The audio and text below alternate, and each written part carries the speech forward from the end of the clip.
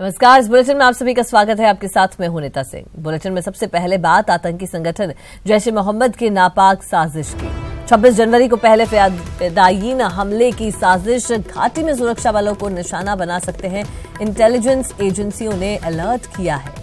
Alert में बताया गया है कि जैश के पास काफी मात्रा में विस्फोटक आईडी मौजूद है और इसका इस्तेमाल वो आने वाले समय में सुरक्षा बलों पर आतंकी हमले में कर सकते हैं। और इस अलर्ट में जैश कमांडर अब्दुल रशीद गाजी का भी जिक्र किया गया है, जो पिछले महीने वादी में घुसपैठ कर चुका है।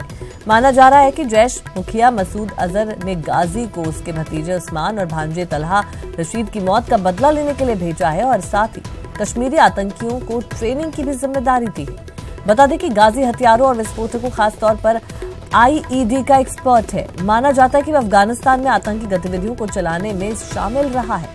वह जैश के आतंकियों को ट्रेनिंग भी दिया करता है।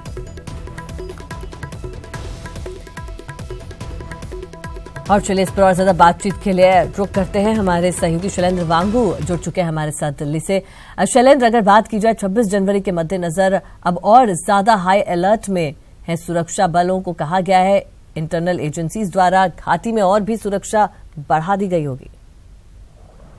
जी, जाहिर तौर पर एक बार फिर हालांकि कश्मीर में काफी बर्फबारी हो रही है, ऐसे में आतंकी गतिविधियों पर थोड़ी कमी आती है, लेकिन माना जा रहा है कि एक बार फिर 26 जनवरी के आसपास एक बड़ा आतंकी हमला हो सकता है। इस तरह के इनपुट्स एजेंसीज के पास हैं और ये क्रेडिबल इनपुट्स हैं और माना जा रहा है कि मल्टीपल एजेंसीज ने इनको वेरीफाई भी किया है। और इस अलर्ट में कहा गया है कि जो सेना के जो मेन अहम जो कैंप्स हैं उनको निशाना बनाया जा सकता है। फिदायीन हमलों का भी डर कहा गया है कि फिदायीन हमले भी किए जा सकते हैं, आशंका जताई गई है। और वो ये भी कहा गया है कि जहां पर जिन चेक पोस्ट पर गाड़ी रोक के तलाशी ली जाती है वहां पर एहतियात बरतनी चाहिए तलाशी के दौरान भी, और संदिग्ध जो मूवमेंट होगी, जो संदिग्ध गतिविधियां होंगी उस पर भी नजर रखने के लिए कहा गया है। अलर्ट में खास बात यह है कि इसमें एक गाजी का जिक्र किया गया है और गाजी वो आतंकी है, जैश का वो कमांडर है जो कि दिसंबर के पहले हफ्ते में कश्मीर में घुसपैठ कर चुका है और मौलाना मसूद अजहर ने खुद उसे चुना है ताकि उसके भतीजे और भांजे की मौत का बदला ले सके। तो माना जा रहा है कि एक बड़ा आतंकी खतरा जरूर है, इसलिए सुरक्षा बलों से कहा गया है कि अलर्ट रहें और जो कड़े स्तर की निगरानी है उसको बरता जाए इस पीरियड के दौरान। जी बिल्कुल। और शैलेंद्र, क्या घाटी के अलावा भी और क्योंकि 26 जनवरी सामने है और इसके तहत बाकी और कई ऐसे स्टेट्स या सिटीज हो सकते हैं जहां पर अलर्ट रहने को भी कहा गया, क्या ऐसी कोई जानकारी है? 26 जनवरी के आसपास हर साल में गृह मंत्रालय की तरफ से अलर्ट जारी किया जाता है और जो सुरक्षा एजेंसीज हैं उनको सतर्क रहने को कहा जाता है। हालांकि इस बार माना जा रहा है कि कोई स्पेसिफिक अलर्ट तो नहीं है, लेकिन विजिल बड़ी रहती है, खासतौर से दिल्ली में और जहां पर परेड होती है 26 जनवरी की, उस इलाके को सैनिटाइज किया जाता है और वहां पर हाई लेवल तैनाती की जाती है।